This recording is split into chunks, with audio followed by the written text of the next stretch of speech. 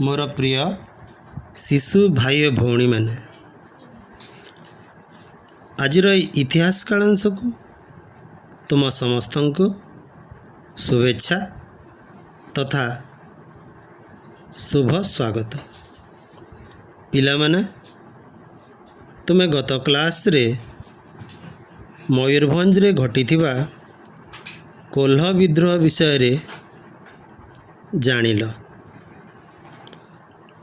आजिर कालांश रे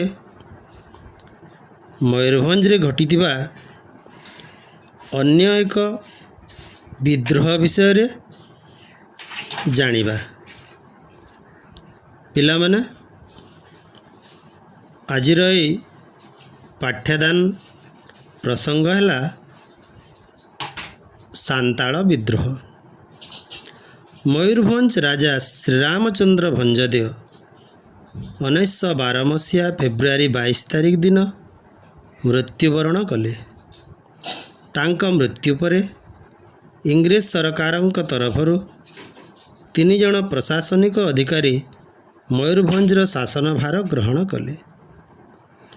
सेमाने समस्ते विदेशी होइथिबारु शासनर सुपरिचालना पाई आंचलिक सरदार प्रधान और अमला मानक उपरे निर्भर कले। शासक और शासित दुहींक मध्यरे प्रत्यक्ष संपर्क रहिला नहीं। शासक कहिले राजा बा राजांकर परिषद वर्ग एवं शासित कहिले प्रजा मानंकु बुझाए। पिला माने लोक माने मध्य निज राज्य रे विदेशी मुख्यों को स्वागत कले नहीं। करिबे बा किपरि से माने विद्रोह करिबा पई सुजोग अपेक्षा रे रहिले। ठीक एही समय रे विद्रोह करिबा पई 2 जन सांताल वीर आविर्भाव हेले। जणे थिले कंका माझी एवं आउ जणे कालिया महांत। एमानंक नेतृत्व रे परिचालित होइथिबारु एही विद्रोह को सांताल विद्रोह कहा जाए। पिला माने सांताल विद्रोहर कारण गुड़िक मध्यरु प्रथमटी है राजस्व आदाय। भंज शासन काल रे सरदार प्रधान मुखिया एवं छाटिया माने राजस्व आदाय करुथिले। से माने संगृहीत राजस्वर केतेकांश निज पाई रखी अवशिष्टांश जमा देउथिले। शस्य हानि हेले मध्य राजस्व आदाय हेउथिला। राजस्व देई न पारिले आदायकारी माने लोकमानंकर गो महिषादि पशु बिक्री कर देउथिले। सेमानंकर बासगृह रे ताला पकई देउथिले। द्वितीय कारणटी है अमला मानंक अवहेला। पिला माने राजांक शासन काल रे अमला माने बाहर अंचलर लोक थिले। राजांक परे इंग्रेज मानंक शासन काल रे एमाने तांकर कर्तव्य रे घोर अवहेला कले। से माने गरीब आदिवासी को शोषण कले। सेथिपाई साधारण जनता असंतुष्ट हेले।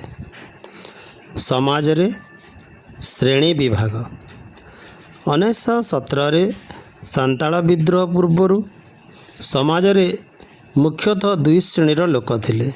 से माने हेले शोषक एवं शोषित। उच्च श्रेणीय धनिक गोष्ठी थिले शोषक। कृषक शिल्पी और गरीब सांताल आदिवासी माने थिले शोषित। समाज रे एही वैषम्य सेमानंक मध्यरे असंतोष सृष्टि कला। सांताल विद्रोहर प्रत्यक्ष कारण विषय रे जानिबा। प्रथम विश्वयुद्ध बेले इंग्रेज सरकार फ्रांस रे कार्य करिबा पई ଆଦିବାସୀମାନଙ୍କୁ ପଠାଇବାକୁ ଚେଷ୍ଟା କଲେ। ଏହି ନୀତିକୁ ମୟୂରଭଞ୍ଜର ଯୁବରାଜ ପୂର୍ଣ୍ଣଚନ୍ଦ୍ର ଭଞ୍ଜଦେଓ ସମର୍ଥନ କଲେ। ଯୁବ ଆଦିବାସୀମାନଙ୍କୁ ଚୟନ କରିବାକୁ ସର୍ଦ୍ଦାରମାନଙ୍କୁ ନିର୍ଦ୍ଦେଶ ଦିଆଗଲା। ଏଥିରେ ଆଦିବାସୀ ଯୁବ ସମ୍ପ୍ରଦାୟ ଉତ୍କ୍ଷିପ୍ତ ହେଲେ। ବିଦ୍ରୋହ ପାଇଁ କିପରି ପ୍ରସ୍ତୁତି ହୋଇଥିଲା? ପିଲାମାନେ, ଆଦିବାସୀ ସମ୍ପ୍ରଦାୟ ଇଂରେଜ ବିରୋଧୀ ବିଦ୍ରୋହର ପରିକଳ୍ପନା କଲେ। ସାଂସ୍କୃତିକ କାର୍ଯ୍ୟକ୍ରମ ଛଳରେ ସେମାନେ ଏକାଠି ହେଲେ। ଗ୍ରାମ ମୁଖିଆମାନେ ନେତୃତ୍ୱ ନେଲେ। ଯୁବକମାନେ ଘର ଘର ବୁଲି ବିଦ୍ରୋହର ବୀଜ ବୁଣିଲେ। ସାଧାରଣ ଜନତା ଇଂରେଜ ବିରୋଧରେ ସଂଗଠିତ ହେଲେ। ଠିକ୍ ଏହି ସମୟରେ ରେଣୁଗାଁର କାଳିଆ ମହାନ୍ତ, ବେତନଟିର କଙ୍କା ମାଝୀ, ଚିତ୍ରଡ଼ାର ନୟନ ସିଂ ଓ ଭୀମ ମହାନ୍ତ ପ୍ରଭୃତି ନେତୃତ୍ୱ ନେଲେ। ବିଦ୍ରୋହର ଅଗ୍ରଗତି ସମ୍ବନ୍ଧରେ ଜାଣିବା। 1917 ମସିହାରେ ବିଦ୍ରୋହୀମାନେ ଇଂରେଜ ବିରୋଧୀ ଅଭିଯାନ ଆରମ୍ଭ କଲେ। ପ୍ରଥମେ ବେତନଟି ହାଟରେ ଇଂରେଜ ଶାସନ ଓ ଜମିଦାରଙ୍କ ଶୋଷଣକୁ ପ୍ରତିବାଦ କରାଗଲା। ଦୋକାନ ବଜାର ଲୁଣ୍ଠନ କରାଗଲା। ବ୍ରିଟିଶ ଅଫିସ ପୋଡ଼ି ଦିଆଗଲା। ବ୍ରିଟିଶ ଅଫିସର ଭୟରେ ପଳାଇଗଲେ। ବିଦ୍ରୋହୀମାନେ ବେତନଟି ଆୟତ୍ତ କରିନେଲେ। ଇଂରେଜ ସରକାର ଭୀତତ୍ରସ୍ତ ହୋଇପଡ଼ିଲେ। ବିଦ୍ରୋହୀମାନେ ରାସ୍ତା ପୋଲ ଭାଙ୍ଗିଦେଲେ। ଯୋଗାଯୋଗ ବିଚ୍ଛିନ୍ନ ହୋଇଗଲା। ବିଦ୍ରୋହୀମାନେ କଙ୍କା ମାଝୀଙ୍କୁ ରାଜା, କାଳିଆ ମହାନ୍ତଙ୍କୁ ପ୍ରଧାନମନ୍ତ୍ରୀ ଓ ନୟନ ସିଂଙ୍କୁ ସେନାପତି ଭାବେ ସର୍ବସମ୍ମତିକ୍ରମେ ନିର୍ବାଚିତ କଲେ। କଙ୍କା କାଳିଆ ସରକାର ଗଠନ କରାଗଲା। ଇଂରେଜମାନେ ବିଦ୍ରୋହ ଦମନ କରିବାକୁ ମୟୂରଭଞ୍ଜର ରାଜପରିବାରର ଶରଣାପନ୍ନ ହେଲେ। ରାଜା ଓ ଇଂରେଜ ସରକାରଙ୍କ ମିଳିତ ବାହିନୀଙ୍କ ଉପରକୁ ବିଦ୍ରୋହୀମାନେ ତୀର ନିକ୍ଷେପ କଲେ। ବିଦ୍ରୋହୀମାନେ ଇଂରେଜ ସେନାଙ୍କର କମାଣ ଆକ୍ରମଣକୁ ପ୍ରତିରୋଧ କରିପାରିଲେ ନାହିଁ। ସାଧାରଣ ଜନତାଙ୍କ ସମେତ ସମସ୍ତ ନେତା ଗିରଫ ହେଲେ। ପ୍ରାୟ 5000 ବିଦ୍ରୋହୀ ବନ୍ଦୀ ହେଲେ। ଏହିପରି ଭାବରେ ବିଦ୍ରୋହର ଯବନିକା ପତନ ହେଲା।